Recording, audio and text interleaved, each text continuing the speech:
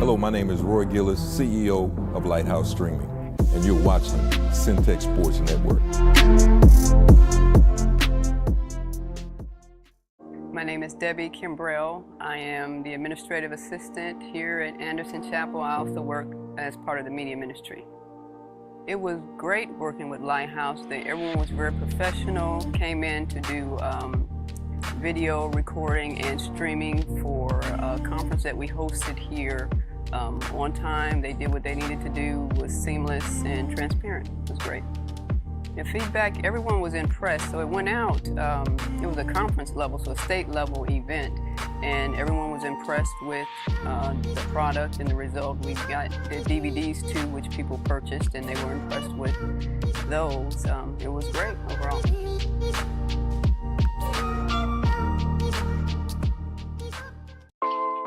My name is Tashay Sayes. I'm a music major at MCC, and I'm so happy to be here. It's crazy how I got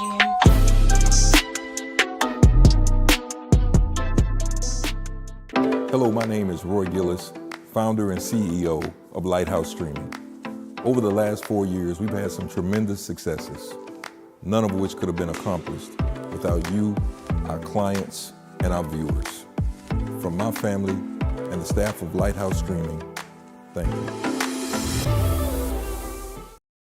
Hello, my name is Roy Gillis, CEO of Lighthouse Streaming, and you're watching Centex Sports Network.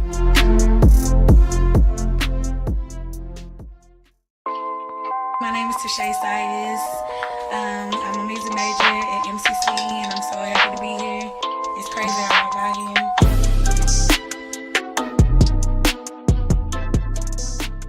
My name is Emily Adams. I'm the marketing director for the Texas Asphalt Pavement Association.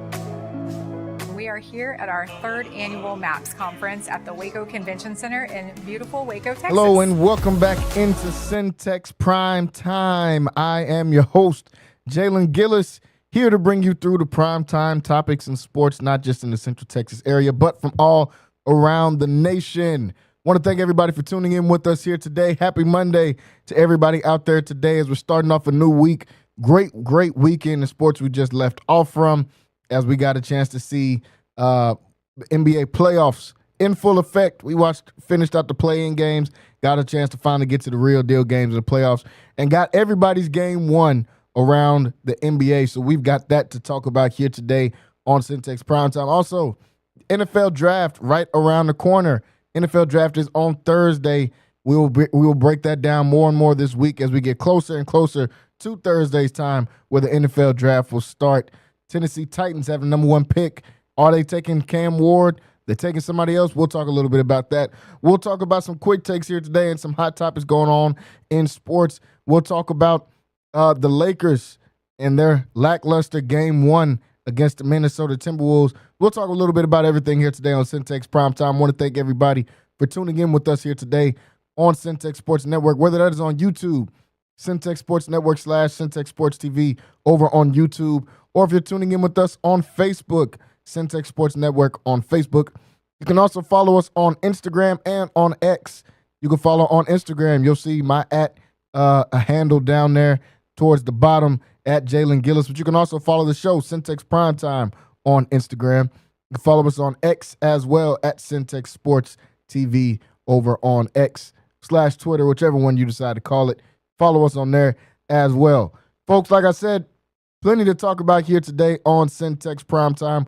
We'll dive a little bit deeper into the draft as we move on throughout this week. Tomorrow we'll have some more guys on and we'll try to break down in depth what we think about this first round of the playoffs, because we really honestly have no idea who's getting picked where.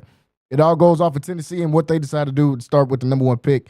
So we'll talk about a little bit of that here today, and we'll go through that throughout the rest of the week. Cooper Flagg declares for the draft. We'll talk about him and the future number one pick. I'm pretty sure we all know he's going to be the number one pick in the NBA draft. We'll talk about the Memphis Grizzlies getting blown out by 50 points in the game one. Absolute disgrace for a game one opener. At least, thankfully, it was in Oklahoma City and not in Memphis, because that just would have been disgraceful. But we'll talk about all of that here today on Centex Primetime. Well, folks, we're going to dive right into it. The Minnesota Timberwolves come out with the victory over the Los Angeles Lakers on Saturday in their game 1 opener of the playoffs, 117-95. That was the right score, folks, 117-95. And definitely not what some of us thought was going to happen in game 1. I didn't think so. I have the Lakers still winning this series, but we got to raise some question marks after that game 1 performance by the Los Angeles Lakers and that game 1 performance by Anthony Edwards and the Minnesota Timberwolves. Going into this game, the Lakers were thinking just like I was thinking, just like everybody else in the world was thinking that's watching basketball. How are the Lakers going to stop Anthony Edwards? Well, they didn't have to. Anthony Edwards didn't go berserk in this game scoring the ball, but the Lakers were still playing tentative as if he was going to do that. A lot of doubles, a lot of help, defense, and what does that create? Easy shots on the other side for the Minnesota Timberwolves. Now, the thing with the Timberwolves is they knock down their shots because this formula only works whenever you're making your shots. That's exactly what the Timberwolves were able to do. Anthony Edwards only 22 points in this game, and he went out probably for about a quarter, maybe close to a quarter. He was cramping in the middle of that game, so he went out for about a quarter, still dropped 22 points. But the most important part of all of that was his 9 assists that he dropped with the 22 points. 9 assists, getting his teammates involved the entire time, keeping guys on their toes. Teammates were able to knock down shots. Look at the Jaden McDaniels, 3 for 3 from behind the three-point line. You look at a Mike Conley, a Mr. Reliable type of guy, 2 for 3 from behind the three-point line. Julius Randle, 4 for 6 from behind the three-point line. Jaden McDaniels was the leading scorer in this game for the Timberwolves, 25 points, 9 rebounds to go along with it, a couple assists and a steal as well. This is what can open up the game for the Minnesota Timberwolves, and that is Anthony Edwards not being so hyper-focused on just scoring the ball, but getting his teammates involved. Jaden McDaniels going 3 for 3 from behind the three-point line is huge for the Timberwolves. That opens up the floor for everybody. The Timberwolves, when they first started the season, they made the trade for Julius Randle. They got Cat out of there and sent him to New York. Their biggest adjustment was spacing. They had no type of spacing probably for the whole first half of the season, and that's why they fell all the way down to the 6th seed, because this is a team that was projected to probably be around 4th or 3rd or 4th, somewhere in there in the Western Conference. It fell all the way down to 6th because that first half of the season, no spacing on the court, trying to figure out how to play with Julius Randle, completely different monster than Karl Anthony Towns, who is primarily a three-point shooter. Julius Randle can shoot the three, but Julius Randle likes to go down low. Julius Randle likes to rough up the game some. He likes to make the game more physical. So putting him down low, how are they going to work with that? They started to figure it out towards the end of the season. They really, really went on a run towards the end of that season for them to jump up to that 6th seed, because they were down as far as 10 at some point in the season. Able to jump all the way back up to that 6th seed because they were able to figure out their spacing. Another thing they did was get Rudy Gobert off the floor. Now, I told y'all this, and this is why I picked the Lakers, because Rudy Gobert, when he's on the floor, they're just going to find him. They're going to find him, and he's going to do something bad, because even though he's got 4 Defensive Player of the Years, I don't see him as a top-notch defender, and we got to stop giving the Defensive Player of the Year to the big man who just blocks shots. No way you're saying what they do is tougher or harder than what guys have to do on the perimeter, what a Jaden McDaniels does. My vote for Defensive Player of the Year this year will be Draymond Green, because he plays both. He protects the paint, and he has to come out and defend like we've seen him do multiple times, like we saw him do in that game versus the Clippers in the play-in game, or the game right before the play-in game just last week. But Rudy Gobert being out of the game opens up spacing. Naz Reid is a better basketball player than Rudy Gobert. We don't have to sugarcoat it or put it around. We know the accomplishments. Rudy Gobert's got 4 Defensive Player of the Years, which is absolutely atrocious. Rudy Gobert is a multiple-time All-Star. I don't care. Naz Reid is better than Rudy Gobert. If Naz Reid plays more than Rudy Gobert, the Timberwolves had a better chance to win. It's just that simple. They just traded 4 first-round picks for Rudy Gobert, and they paid him $40-something to $50 million a year. That's why he plays. If it wasn't for that, he'd be coming off the bench. But they limited him in his minutes, didn't play a lot of minutes, only had 2 points and 6 rebounds, only took 2 shots in 24 minutes. That was another reason why they were able to have so much success. Then Naz Reid, 6th man of the year last year, coming off the bench once again, 23 points in this game, 6 for 9 from 3. Now, over to the Lakers. The Lakers, we knew they were going to be defensive. They were going to be deficient on the defensive side of the ball. They don't have a lot of perimeter defenders. They got Dorian Finney-Smith. They got Jared Vanderbilt. Jackson Hayes is kind of just out there at this point. If Jackson Hayes isn't scoring the ball, he's just ineffective. Jackson Hayes had 1 point in that loss versus the Timberwolves on Saturday. 1.3 rebounds. That's just ridiculous. And you're playing with the guys that make it the easiest in the world whenever you're a big man. You're playing with Luka and you're playing with LeBron, and you can't find a way to get a lob. Tristan Thompson got $80 million because he knew how to just find a lob. Look at the success Daniel Gafford and Derek Lively were having last year with Luka because they were able to just catch a lob. I don't know what's going on with Jackson Hayes. Well, actually, I do know what's going on with Jackson Hayes. He's just not good at basketball. Not good enough to be a starting center in the league. He wasn't supposed to be the starting center, but their trade got rescinded when they had Mark Williams coming to L.A. The trade was rescinded. I see Alex Len got a little bit of burn. I'm interested to see will Coach J.J. Redick decide maybe, hey, let's try Alex Len in the spot. He's got to try something because Jackson Hayes, minus 11 on his plus and minus, only 1.2 rebounds. That's not going to get it done. 3 rebounds, that's not going to get it done. Luka Doncic was sensational in this game. 12 for 22 in this game. He had eight rebounds, 37 points. The alarming part of this was 1 assist. How many games do we see from Luka where he just has 1 assist? Still was able to put up 37 points. LeBron in this game, 19 points, 5 rebounds, 3 assists. Not nothing to write home about. But we know LeBron can elevate his gameplay once he gets into the playoffs, even though he is older. Austin Reeves, 16 points, negative 25 on the plus and minus rating. So the reason the Timberwolves won this game, like I said, open shots. They won the game because they got open shots and they knocked them down. What encourages me about my pick of the Lakers still to win this series is Luka Doncic had 1 assist. Do we think Luka's going to keep having 1 assist? No. LeBron had under 20 points. Do we think LeBron's going to keep going under 20 points? No. When you look at the Timberwolves side, is Naz Reid going to go 6 for 9 from 3? Is Jaden McDaniels going to go 3 for 3 from 3? Is Julius Randle going to go 4 from 6 from? No. No, we don't expect those numbers to keep up. The Lakers, yeah, they dropped game 1, and they ain't just dropped game 1. They got blown out in game 1. But is this to the point of no return for the Lakers? Is this to the point of it's time to start panicking? No. You're going to go and get one on the road if you want to get it back, and you got to take care of home court on Tuesday night whenever they play each other. Those are things the Lakers have to do. Outside of that, I don't have too much worry for this, man. The Timberwolves played a great game. Anthony Edwards didn't play that great of a game offensively, but he got his teammates involved, and his teammates knocked down shots. If they don't knock down shots consistently, they don't score the ball, Lakers win this one. Because the one guy I know that can do what he did in game 1 over again is Luka with 37 points. We know Luka can go get another 40 easy because that 40 looked easy. Didn't look like he was even trying too hard. That 40 was very easy. Now, if Austin Reeves can chip in with a 20 to 25, like we know he can do, if Jackson Hayes can get you 6 to 8 points, 1 point is ridiculous. I mean, I don't know what they got to do with Jackson Hayes. They got to find some way to get some production out of the center spot because that is just unacceptable from Jackson Hayes. And we've seen him multiple times this season. And it's not like Jackson Hayes was the guy that they just picked to move forward as their starting center. That's just what they got stuck with. I mean, I would have even thought about maybe calling Dwight Howard back, man. I know he just got inducted into the Hall of Fame, but you got to do something. 1.3 rebounds is not going to get it done. I don't care who you're playing against. But the other guys, I have faith in other guys because the other guys are Austin Reeves, who's played phenomenal, had a career year, and some guy named LeBron James. Those are the others.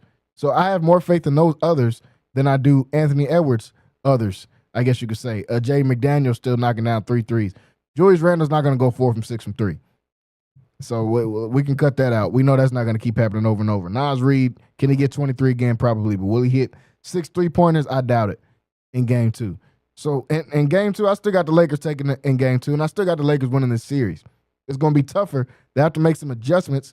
I seen Magic Johnson come out and say J.J. Redick did a great job of coaching this season, but he didn't do a great job of making adjustments in game 1. It's just game 1. We know that there's more adjustments to be made. We can't go just based off game 1. He didn't make enough in-game adjustments. Maybe they just got to figure it out. Maybe the other team's just hitting shots. If the shots are falling, it doesn't matter what adjustments you can make. If your shots aren't falling and their shots are falling, that team's going to win the game. It's that simple. The Lakers got to pick up their defensive intensity, and they just got to change their game plan. Maybe not help on Ant as much. Maybe let Ant get some of those layups. Similar to what the Celtics did with Luka last year in the finals. Hey, if you're going to score 40, we're just going to let you score 40. Your superpower is getting everybody else involved and scoring 40. We're not going to let you get everybody else involved. So maybe it's time to just let him score that 40. But what can't happen is Randall, McDaniels, and Nas Reed all combining for 10-plus threes. That's what can't happen. You don't want to let that happen in the game. So they got to just make some adjustments on the defensive side of the ball.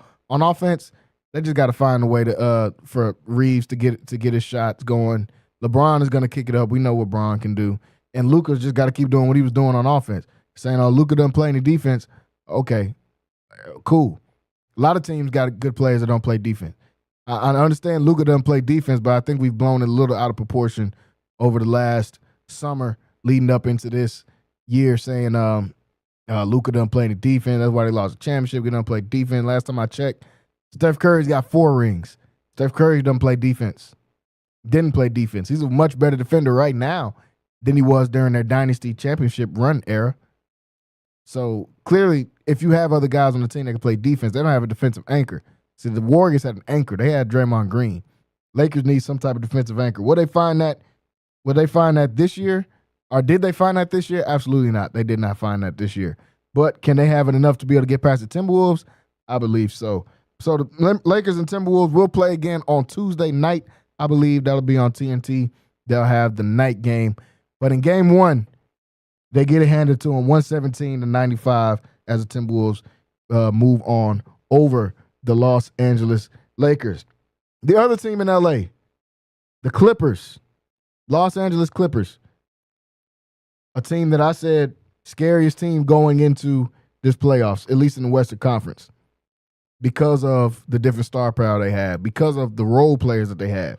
When you think about Big Zubac, when you think about Norman Powell, those are the guys outside of James Harden and Kawhi who are already playing phenomenal.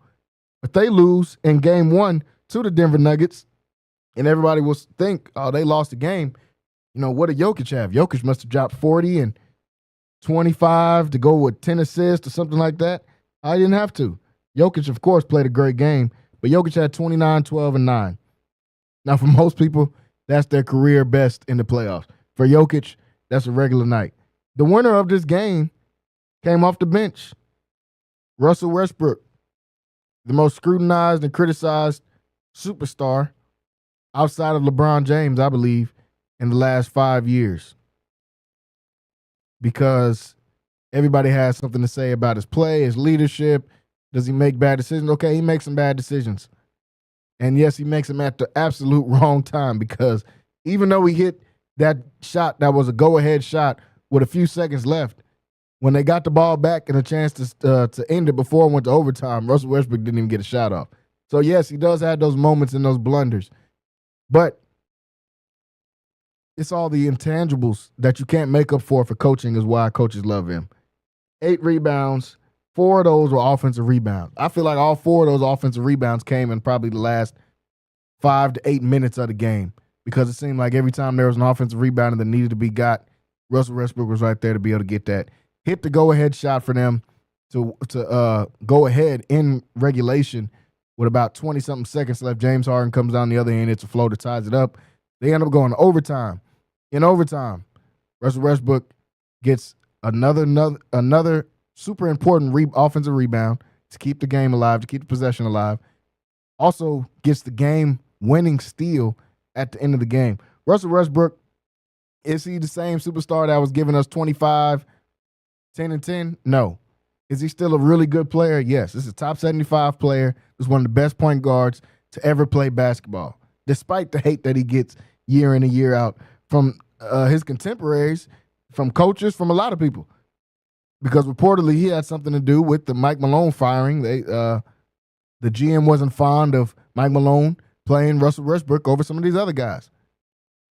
And then look what happens in the playoffs. This is why he's playing over some of those other guys. I thought the Mike Malone firing was kind of random. It was pretty alarming as far as the Denver Nuggets and their future. But to try to blame it on Russell Westbrook, I think was just silly. Russell shows up in game 1 for his team. The Denver Nuggets win 112-110. The Clippers had this game in control for the majority of the game. I was already ready to come out here and say, I told y'all about the Clippers and they're going to be serious. It's a dangerous team. they could possibly come out of the West. I still feel that way. But this series is going to be a little bit different. I think the Clippers really just have to keep doing what they were doing. They just got to find a way to limit the mistakes.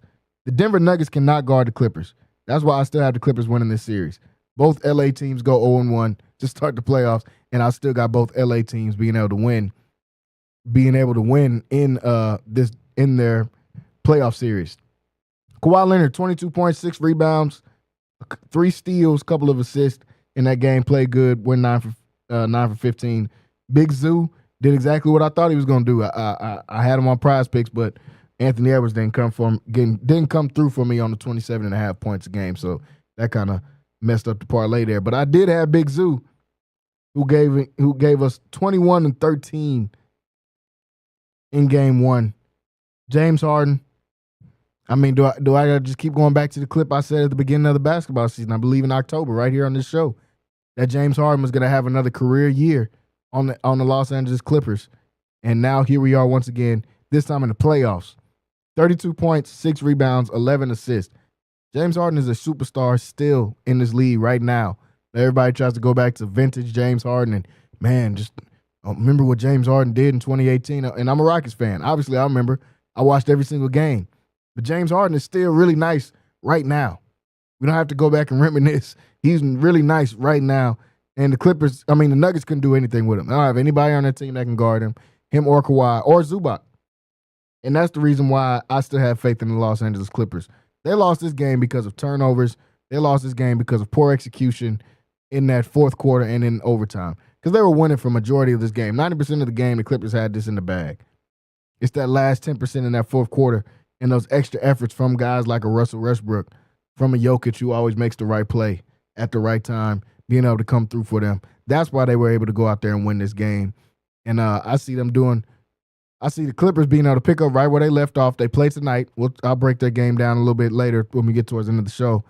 I see the Clippers being able to win this game tonight. They're still in Denver. I think they'll be able to steal one in Denver, even though I know that's an extremely tough place to play. Obviously, they've got an amazing home crowd. The role players play better for the Nuggets when they're at home. And then they got the altitude. They got the best home court advantage in the league because they have that altitude that nobody can prepare for. Doesn't matter how many times you play in Denver. You're still going to be out of breath. I've heard players say that first 6 minutes is pretty much hell trying to get through it, like your lungs is on fire trying to play in that altitude. So even though they've been there for a few days now, still those adjustments have to be made. I see the Clippers winning this game tonight, but we'll talk a little bit about the Clippers versus the Nuggets game tonight as we get closer towards the end of the show.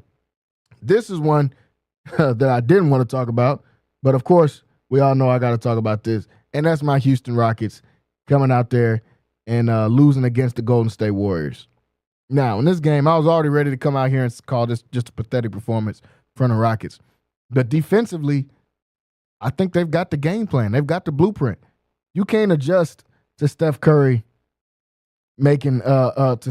scoring how he scored the ball. He's one of the greatest players of all time for a reason. He scored 31 points in that game, but he hit 5 threes, and all 5 of the threes felt like they were falling out of bounds from the logo, barely just an inch of room, some type of crazy scenario, and he was able to knock down the threes. So that just is what that is. You can't account for that. You can't do anything to really adjust to that. And they still held them to 95 points. I think the Rockets played amazing defensively. Offensively, this was just a joke. It was pathetic, honestly. I know Ime Udoka is a defensive coach, but somebody's got to come up with something to do offensively. That was just an absolutely pathetic performance on the offensive end from the Houston Rockets. People running from the ball, no offense whatsoever, no continuity, no rhythm to the offense. It was just poor as basketball. And then when it got to the fourth quarter, when the defense kept them in the game, because offensively, it was terrible. They had 32 points at halftime. 34 points at halftime. Just pathetic. 34 points at halftime, only scored 13 points in the second quarter. No offensive rhythm whatsoever. Jalen Green, somebody I talk about on this show, honestly, way too often. Jalen Green was drafted number 2 overall by the Houston Rockets right after we decided to trade James Harden. He was supposed to be their next 2 guard. It was between him and Cade Cunningham. Still mad that we couldn't somehow finagle a way to get Cade Cunningham because we see what he's turned into as a player. Now, Jalen Green was supposed to be that guy. He's supposed to be the next one. He's supposed to be that offensive scorer. He's supposed to be that 25 a night type of guy. And he's got all the tools to be able to do it. Jalen Green, I don't think, has gotten any better at basketball than when he was in the G League Ignite team before the Rockets drafted him. I don't think he's gotten any better at basketball. All the crazy stuff you've seen him do this year, the dunks, the long-range threes, the handles, I think he could do all of that already at 17, 18 years old. He has not found a way to get a consistent bucket yet. This year 4 for him in the league. He does not have a go-to shot. He doesn't have a go-to spot on the floor. And when you get into playoff scenarios like this is when it goes out. This is when it shows. This isn't he plays it like it's AAU. Like if it's a fast break, I'm going to go get a dunk. If it's half court, I'm going to try to get a 3 or I'm going to pass the ball. That's it. There's no off-ball cuts. There's no working out of the mid-range. There's no getting to a spot. There's no working the pick and roll action. There's none of that. He goes 3 for 15 in yesterday's game against the Warriors. 3 for 15. That's what we got from Jalen Green, who's supposed to be our most consistent scorer. Obviously, that doesn't happen. 7 points in the game. 1 for 2 on free throws. You're not even getting to the free throw line. That means you're not even really driving with purpose. You're just driving to see, can I get a highlight? Can I get a floater or something? See, I mean, it's cool during the regular season when you can get those fast break highlight dunks. When you can get hot, he's a streaky shooter. He can get hot from 3, and you can start knocking down some random threes. But that's not going to work. The cute basketball stuff is not going to work. You're trying to look cool, highlight plays with the TikTok highlights with the Erykah Badu playing in the background. That's not going to work in the playoffs. This is the playoff basketball, and they're playing against a dynasty, a championship team, and the Golden State Warriors. And you going out there and playing like the whole front row is full of Instagram models. You want highlights and not playing real basketball. It's just ridiculous at this point. And everybody always says I'm crazy because I'm a Rockets fan, and they always say, well, Rockets got to make a trade and trade somebody. And I always say, trade Jalen Green. They say he's got the most potential on the team. He does have the most potential on the team. But how long are we going to go off potential? Potential gets you 3 for 15 in the playoffs. Potential gets you 7 points in a game 1 opener. And it's not like he's just playing amazing defense on the other side and like, oh, his shot isn't just the shot's not falling. In that fourth quarter, I saw guys running from the ball. Only one that wasn't scared to take a shot was Amen Thompson, who's our worst shooter. He's the worst shooter on the team, and he's not afraid. And he's the only one that's not afraid to take shots. I think Jalen Green's got to get less minutes. We got to play Jabari Smith more. I like what Coach Udoka did in the going big lineup. It worked. They couldn't score. The only problem is we couldn't score. We went big. At one point we had a lineup in. This was some 2K stuff. It sounded like something I did on 2K. He put Amen Thompson at the 1, Tari Eason at the 2, Jabari Smith at the 3, Şengün at the 4, and Steven Adams at the 5. Defensively, they couldn't score. Defensively, it worked. They couldn't score, and we got every rebound, sometimes getting 3 and 4 offensive rebounds. There was just no way to score. Şengün is our most consistent scorer right now. They got to find a way to get him better touches instead of a lot of iso ball. And he played great in that game, 11 for 16 in the game, 9 boards, 3 steals, 26 points. He played good for us. But they got to find a way to get him consistent shots. Jabari Smith, I feel like, has got to be that other guy that gets shots. He's the mismatch. I feel like he was on the three-point line too much whenever he's getting matched up with guys like Moses Moody, who's 6'4". Bro, you got to go get in the post, man. Everybody can't be KD. Everybody can't be 6'11 with a jumper and handles. Somebody got to be 6'11 and go get in the post. Jabari Smith, that's you. I think Steven Adams played phenomenal for us, had 12 rebounds in there, 6 points in the game as well. I thought Tari Eason played great for us as well. I still like the Rockets in this series. Now, obviously, what the Warriors did was give the ball to the 2 superstars. Nobody else produced but the 2 superstars. Even Draymond Green didn't play just that great. He had 6 boards, 3 assists, 3 steals, doing some regular Draymond stuff. Steph Curry with his 31 points, and Jimmy Butler being the return of playoff Jimmy. We've seen it once again, 25 points, 7 boards, 6 assists. 5 steals.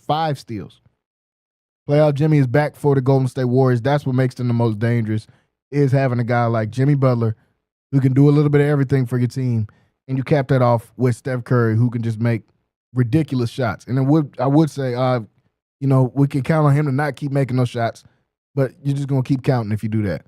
He's going to continue to make those shots. That's what he does. That's what he's been doing for the majority of his career, man. But I still like the Rockets in this one. They've got to just find something on the offensive end. Something at all on the offensive end. Defensively, I think we did great. I think we played the Warriors better than most teams played them. I knew Steph was going to come out with some vengeance in his heart because they held him to the lowest amount of points he's had in a game in I don't know how many years, just a couple of weeks ago. And Udoka was proud of that and was boastful about that. So I knew Curry was going to have something to say about that. But, man, offensively, it's just a shame. Jalen Green, I don't know what you got to do, bro, but you got to find a way to score the ball. That's what you're on this team to do. You're not out here to look cool. You're not out here for highlights. You're out here to score the basketball. Whatever you got to do to do that, that's what needs to happen, bro. Because without that, if you go out there and get under 10 points, it's not only the Rockets going to lose, it might be a sweep. We just don't have enough offensively to provide for a guy like Jalen Green to go out there and get 10 points. But hopefully he's able to turn that around, man, for my sake, because I was so bad watching the game yesterday. It was ridiculous. Seeing just absolute terrible offense. Looked like high school level of offense. No continuity. Nobody knew what to do with the ball, and everybody's running from the ball, especially in the fourth quarter once we cut it down to like 5. Everybody just started running from the ball. If we weren't on a fast break where somebody felt like they could get a dunk, nobody wanted to shoot the ball. Nobody wanted to shoot it. So they got to find a way to figure that out, man, and to do better on that side of it. Defensively, let's keep the same game plan. Make Steph take tough shots. When he makes them, he makes them. Outside of that, we got to find something. Fred VanVleet, 4 for 19, 2 for 13 on threes. That's too much settling, man. Why are you taking 13 threes? You didn't make the first 10 of them. Why you keep taking them? You went 2 for 13. Let's find some way to get some offensive continuity going. Min Thompson did what he could do. He's not a great shooter, and we understood that. But everything else he did right, 9 rebounds, 6 assists in that game, and steal on the block as well. So you got to find something to do. But that is the Warriors winning 95-85 against the Houston Rockets. They will play again, I believe, either Tuesday or Wednesday is when the Rockets will be playing again. So we'll be able to check back in on that series. Folks, we got to go to one quick break. When we come back, some quick takes here as we talk a little bit of NFL, talk about some news going on around the league before we close out talking about the rest of these game ones and preview the 2 games for tonight. So stay tuned and stay locked in right here on Centex Primetime. We'll be right back after this short break.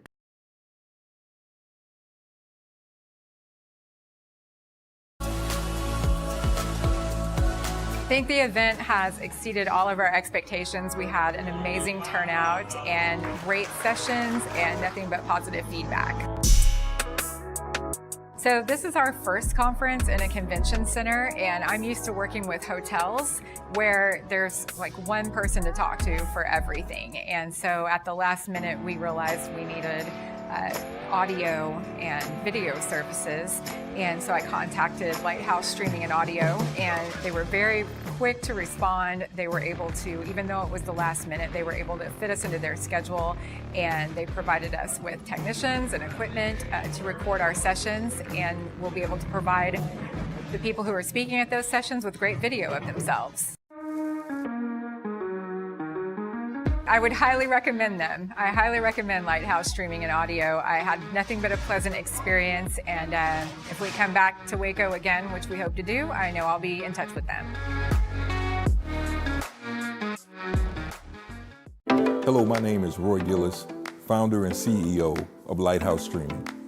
Over the last 4 years, we've had some tremendous successes, none of which could have been accomplished without you, our clients, and our viewers. From my family and the staff of Lighthouse Streaming, thank you. Hello, my name is Roy Gillis, CEO of Lighthouse Streaming, and you're watching Centex Sports Network.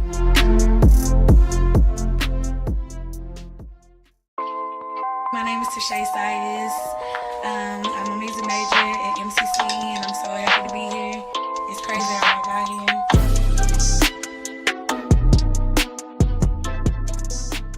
My name is Emily Adams. I'm the marketing director for the Texas Asphalt Pavement Association. We we are here at our third annual MAPS conference at the Waco Convention Center in beautiful Waco, Texas. I think the event has exceeded all of our expectations. We had an amazing turnout and great sessions and nothing but positive feedback. So this is our first conference in a convention center, and I'm used to working with hotels where there's like one person to talk to for everything. And so at the last minute, we realized we needed audio and video services. And so I contacted Lighthouse Streaming and Audio, and they were very quick to respond. They were able to, even though it was the last minute, they were able to fit us into their schedule, and they provided us with technicians and equipment to record our sessions, and we'll be able to provide the people who are speaking at those sessions with great video of themselves. I would highly recommend them. I highly recommend Lighthouse Streaming and Audio. I had nothing but a pleasant experience, and if we come back to Waco again, which we hope to do, I know I'll be in touch with them. Hello, my name is Roy Gillis, founder and CEO of Lighthouse Streaming. Over the last 4 years, we've had some tremendous successes, none of which could have been accomplished without you, our clients, and our viewers. From my family and the staff of Lighthouse Streaming, thank you. Hello, my name is Roy Gillis, CEO of Lighthouse Streaming, and you're watching Centex Sports Network.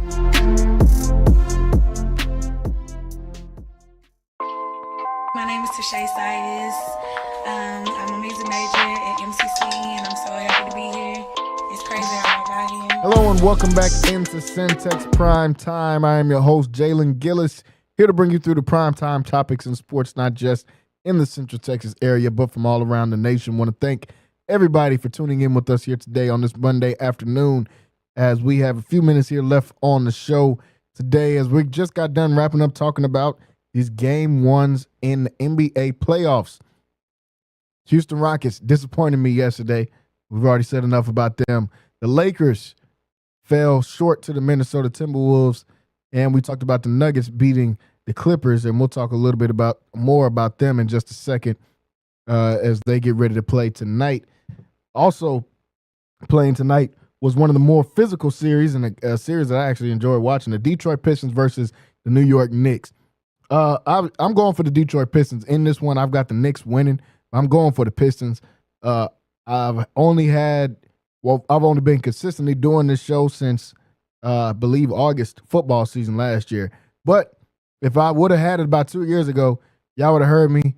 I wish Instagram saved story posts, because I made a post on my story like 3 or 4 years ago and said I'm going to go ahead and start rooting for the Detroit teams as well, the Pistons and the Lions. And this is when they were both sorry, and now they both good. So I feel like it's time for me to go ahead and come out and say I root for the Pistons and the Lions on the side too. I'm still a Houston fan, but if I got a secondary team of who I root for, I'm always going to go for the Detroit teams as well. But this Detroit team really physical, played a really great game against the New York Knicks, but the Knicks were able to pull that one out in that one. Folks, we got some quick takes we want to talk about here before we dive into talking about these games here for tonight. Cooper Flagg has declared for the NBA draft and will forgo the rest of his college time and head to the NBA draft, which was no shocker to anybody. Some people were saying, oh man, this guy said he loves college and he wants to come back and he wants to play this off. For what? Why would you come back and play for Duke, bro?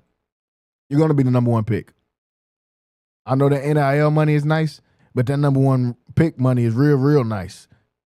So I think it's pretty simple for him to go ahead and go to the NBA draft. You're going to be number one pick in the draft. Only thing you can do by coming back is fall lower in the draft. You can't do anything else. Can't be a higher pick than one.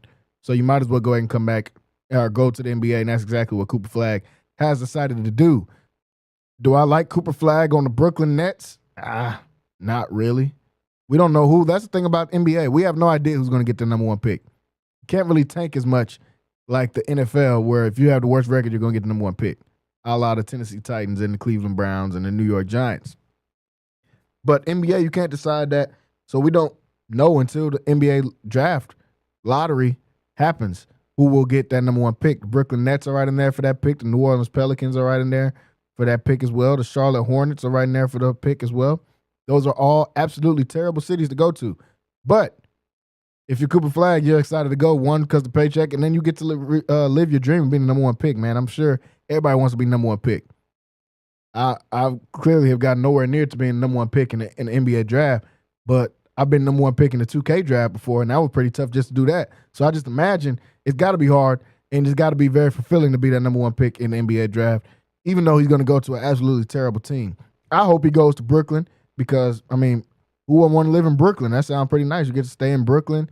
The Nets are actually not as terrible as some of these other organizations. New Orleans have the most talent, but I feel like that's kind of redundant with him and Zion Williamson there. Somebody's got to play the 3. It's just not a lot of shooting. You kind of get some nasty basketball out of that. And then the Hornets. The Hornets is just – no one wants to go to the Hornets, man. I mean, it's bad, man. I think the Hornets are one of those teams that should be a candidate for getting their teams moved. They're in Charlotte. It's not a big market anyway. No way Charlotte should have a team and Seattle shouldn't have a team. That doesn't make sense. There's no way that Charlotte should have a team and Vegas doesn't have a team.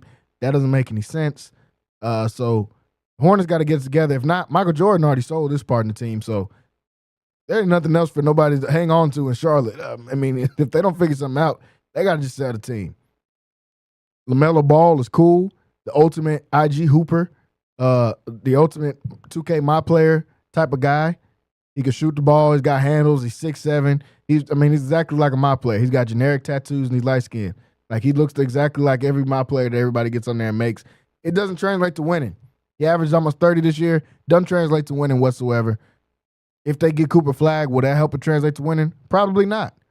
They already got Brandon Miller. They got LaMelo, and you add Cooper Flagg onto that, they're still going to be trash. So I hope he goes to Brooklyn. I think that's where he has the best upside, honestly, is going to a team like Brooklyn. New Orleans wouldn't be bad either because they got a lot of players, but kind of just a lot of dysfunction going on in New Orleans, even though they just hired Joe Dumars as their GM, and I love that pickup for them because Joe Dumars built a championship team in Detroit.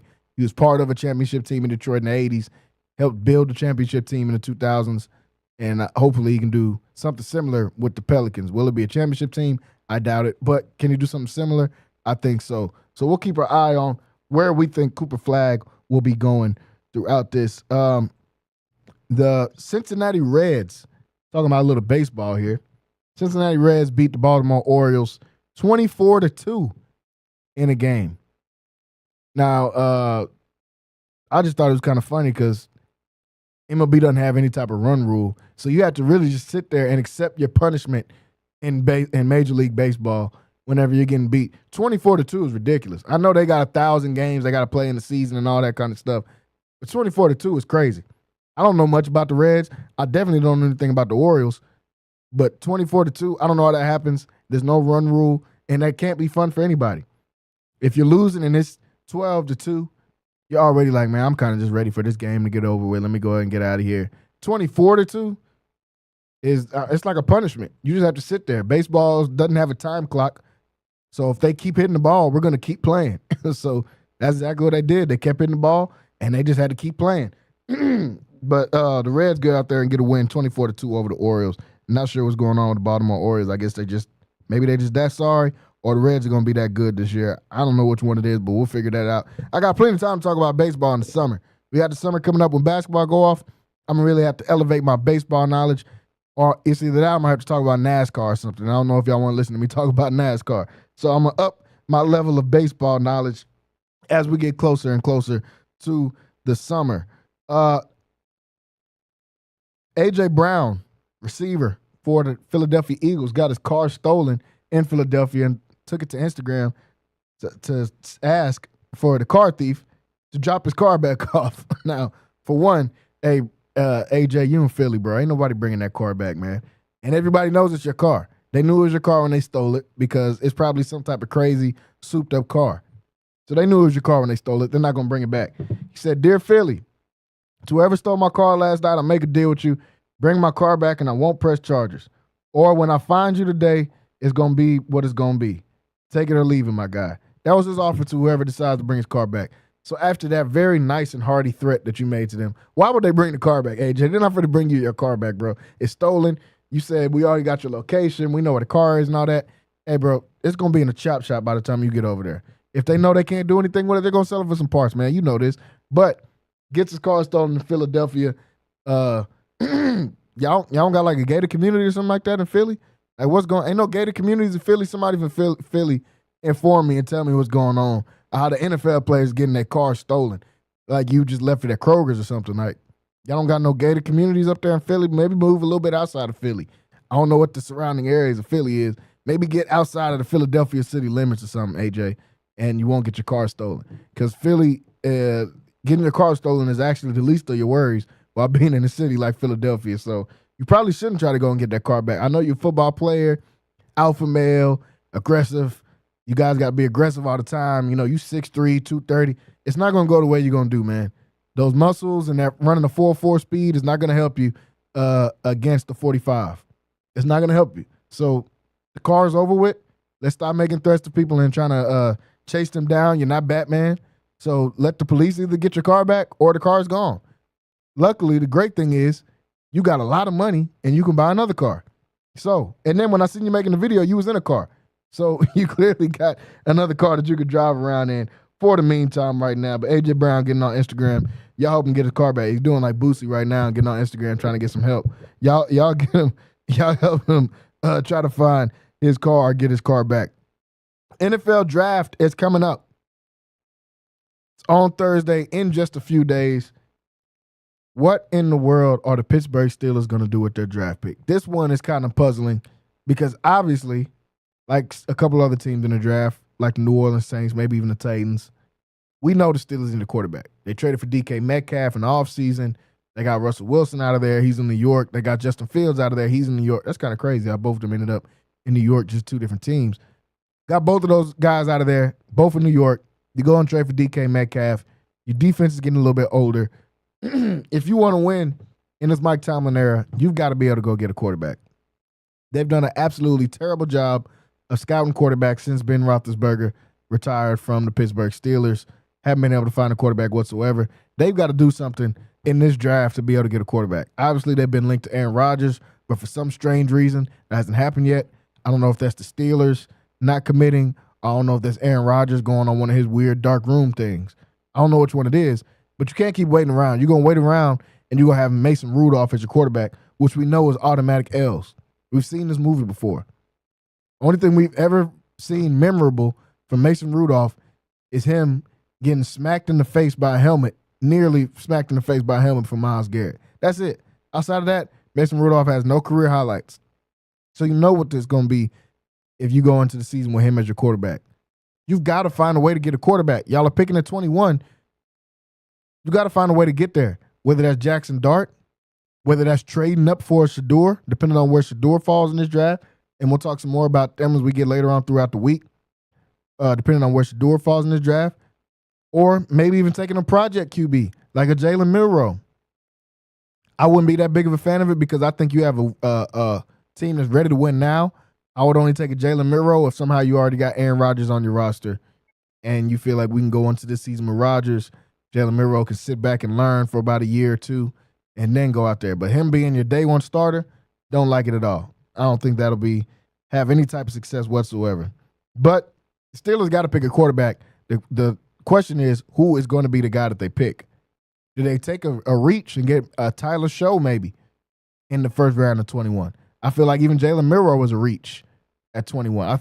I think the three quarterbacks that are going to go in the first round for sure, Cam Ward obviously, Shador Sanders obviously, and then Jackson Dart I think will be that third QB taken. And he might be taken in the top 10 depending on what the Giants do at quarterback. If the Giants pick a quarterback at number 3, it's going to start getting real spooky for the Pittsburgh Steelers because now you know New Orleans is going to take a quarterback at 9, and that'll probably be Jackson Dart. So from there, your options are Tyler Show, Quinn Ewers, Jalen Milroe. Those are probably your 3 best options moving forward. I don't like any of those 3 as a day one starter. So you got to find somebody because you need a day one starter. You don't need to go in the season with Mason Rudolph as your quarterback. We know how that movie turns out. We've already watched it before. We don't need a sequel. We already know how that movie is going to turn out. You need somebody that can go in there and be a day one starter and be effective as a starter in day one. So that's what the Pittsburgh Steelers got to go out there and be able to do. Who would that be? I think that all depends on who the Giants pick at 3. And right after that, it depends on who's going to trade up in the draft. Does somebody trade up? Does the New Orleans Saints trade up and try to go get somebody? Do they stay at number 9 and pick somebody? Is somebody in the top 10 looking at a quarterback if we just don't know? Are the San Francisco 49ers looking at a quarterback? I doubt it. They still got Purdy, and I think they signed Mac Jones in the offseason. So it'll be interesting that the closer and closer we get to that time. But who should the Pittsburgh Steelers pick is obviously a quarterback. Nico Harrison, the GM of the Dallas Mavericks, who obviously everybody knows his name because he's the idiot that traded Luka Doncic. So everybody now knows his name. Everybody has their exit interviews after the season are over. That's customary for all sports.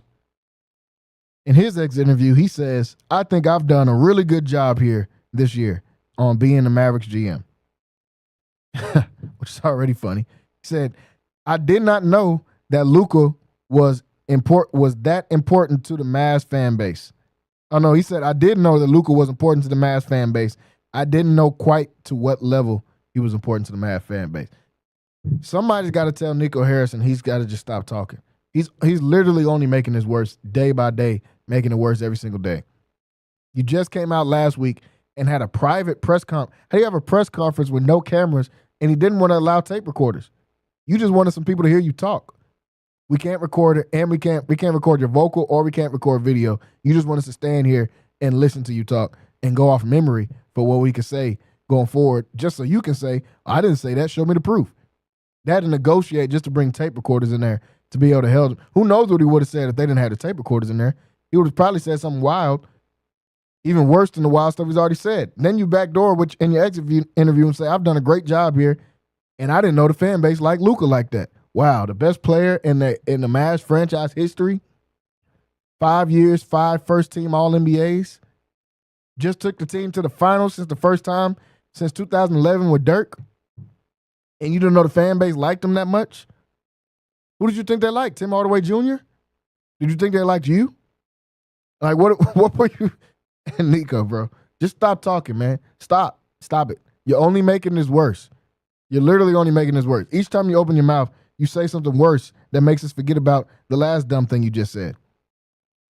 So let's just stop talking about Luka. Let's stop bringing it up. You wanted to double down and say, once again, defense is what wins championships. Well, does losing in the play-in game win you championships? Does not making the playoffs win you championships? That's what you're doing, and that's the road you're headed down because you got a roster full of injury-prone people. Everybody loves Kyrie. Oh, okay. Well, I won't say everybody. I rock with Kyrie, and a lot of people rock with Kyrie. But we all know Kyrie's injury-prone. We know that. So him tearing his ACL was unfortunate, but it wasn't mind-blowing because we've seen him get hurt a lot. We know about Anthony Davis. We know he's just a stair trip away from being out for 2 months. That's who you traded for. While you're talking about defense wins championships, does injuries win championships? That's what you have on your roster right now, along with a bunch of other guys that get injured, like Derek Lively and Daniel Gafford and Klay Thompson. A lot of injury guys. So, Nico, let's just stop talking about this Mavericks thing. Hopefully, you can make it into next season with your job, and they won't have to keep asking you about what's going to end up being the worst trade in NBA history. And you won't have to keep saying things like, I think I've done a really great job, and I didn't know the people like Luka like that. It's just shocking that the fans just love somebody that averages 30, 10, and 10. It was so shocking that the fans would really like a guy like that. So that's what Nico Harrison says. Hopefully that was his exit interview, and we don't have to hear from him anymore until the next season starts. Or maybe just don't hear from him at all, like a lot of the GMs that are in the NBA right now. The Memphis Grizzlies played the number 1 seed Oklahoma City Thunder to start off their game 1 to open it up on Sunday morning. First game that we got on a good old Easter Sunday.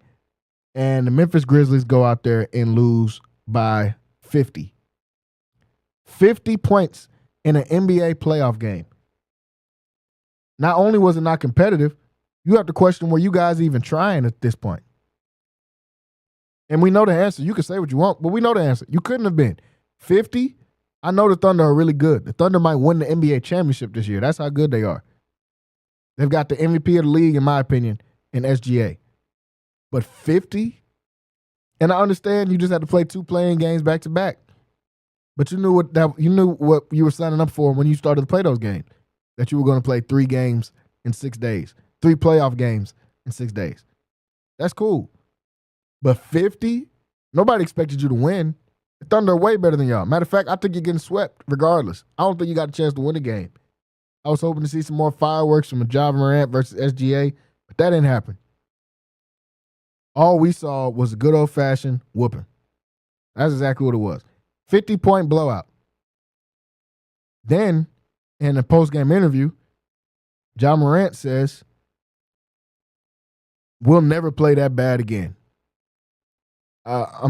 Obviously, if any one of you plays that bad again, you probably won't be in the league. 50, we're never going to lose by that much again. Is that saying a lot? You know how hard it is to lose by 50 points in the NBA and then to do it in a playoff game? That's actually kind of tough to do. And somehow you guys managed to do that. And your rebuttal was, we're never going to lose that bad again. How about saying, we're going to win game 2? You just said, we ain't going to lose that bad again. Then we see you on the sidelines and you're laughing and you're joking. I mean, I get it. You can't change the outcome, and it is what it is, and real life starts to set back in, and you have nothing to worry about. You mad about losing, you look at your bank account and see $100 million.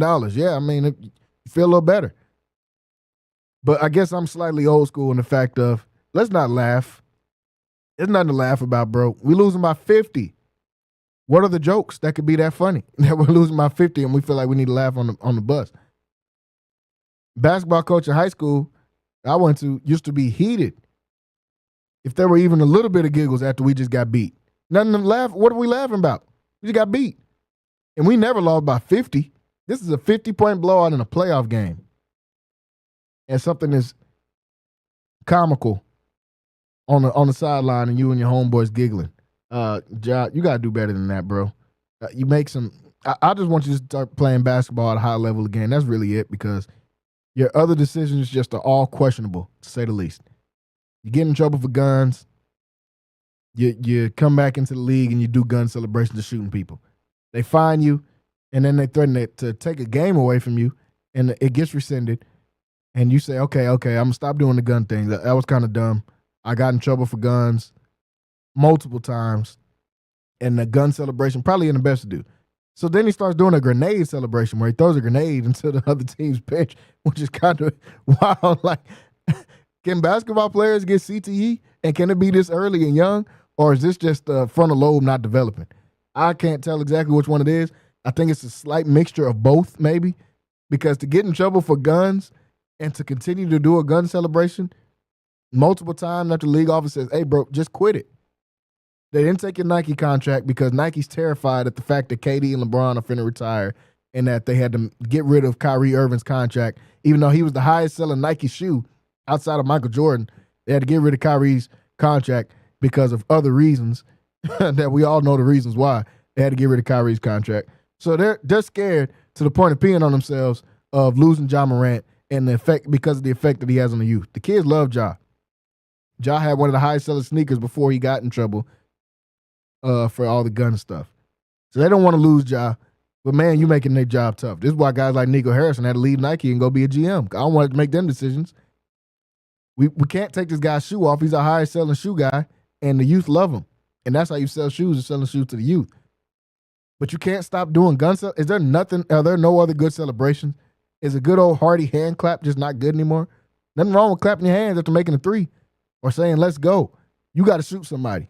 And then when you don't shoot somebody, you do a grenade celebration. Like, is that not more wild than the gun? Doing a celebration where you take the pin out of a grenade, throw it at the other team's bench, and cover your ears? I mean, it's kind of funny that they said stop doing guns, and you said, cool, I won't do a gun, and did a grenade, but like, come on, bro. But the Grizzlies, y'all are getting swept regardless of Ja's antics or not antics, regardless if he plays great or if he plays bad. I don't see the Grizzlies even winning a game in this game. Folks, the Pacers beat the Bucks in game 1. No Damian Lillard for the Bucks. They go out there unable to win the game. In the game, the Pacers, I mean, they played great. It was kind of a mild game. There wasn't too much to be able to talk about from either team. Pacers just played with, no pun intended, with a lot of pace. Got up and down the floor. We know they can score the ball. And the Milwaukee Bucks just couldn't find any offense outside of Giannis. Giannis was scoring with ease. Giannis was literally scoring on them like they're children out there. But he's got to have somebody else to do it with him. Somebody else has got to be the one to be able to make some shots, take some shots. You got two guys in your starting lineup that scored 0 points. You can't win any games doing that. Taurean Prince, who I like, I consider him almost a Waco native because the time he spent at Baylor and really was entrenched in this community out here when he was at Baylor. But 0 points. Kyle Kuzma, who, I mean, I kind of like the trade for him for Chris Middleton, but I kind of didn't because it's hard to untrain your mind from the ultimate losing basketball in the Washington Wizards to now trying to play championship level basketball with the Milwaukee Bucks, even though Kyle Kuzma has a championship ring. He goes out there and gets 0 points. Giannis had 36 and 12 out there, but didn't get much help from any of his teammates. Off the bench, he got some help. A.J. Green, Kevin Porter Jr., Gary Trent Jr., all those guys gave him some help off the bench, and I think that was good, but he's got to get some better minutes out of his starters, or someone's got to change the starting lineup. Doc Rivers got to shake something and change something up to be able to come out with a win. In this one, Halliburton didn't have to do too much. 10 points, 12 assists, 7 rebounds. Good game for him. Pascal Siakam did what he does and that scored the ball. 25 points in this game to go along with 7 boards.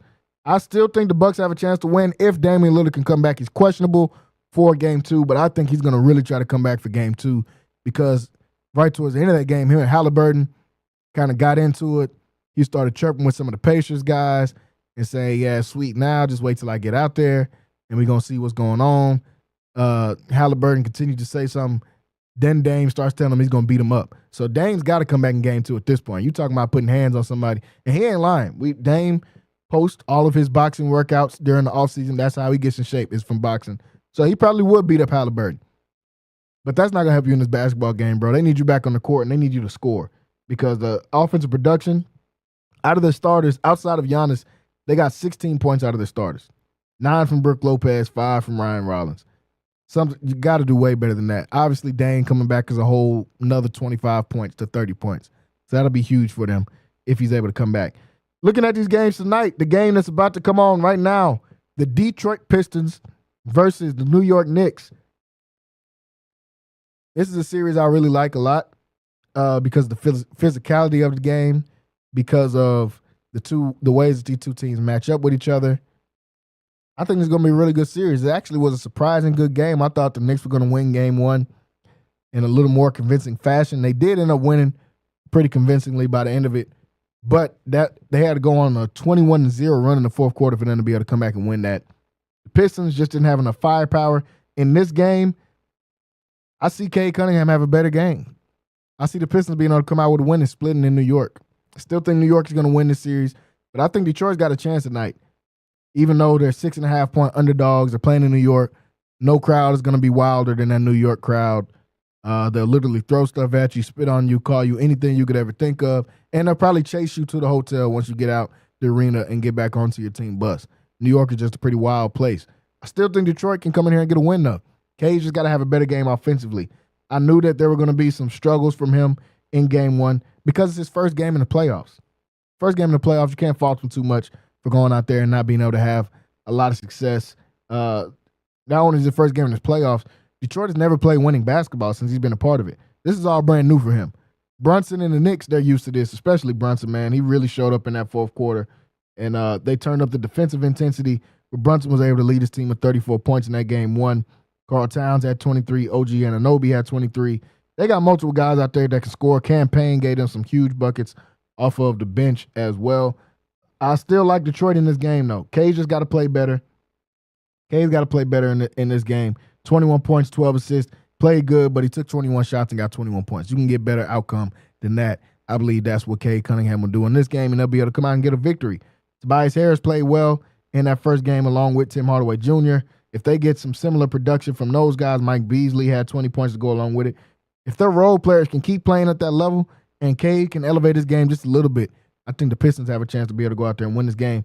And Isaiah Stewart, you got to do what you're on the court for. It ain't to play basketball. You got to start punching some people. You got to throw some people on the ground, do some WWE moves. You got to do something.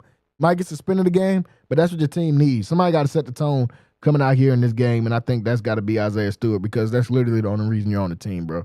It ain't because of you're some great offensive player or something like that, or even a defensive player. You're like 6'7", playing the big man. So you got to go out there and get physical, throw some guys on the ground, do something.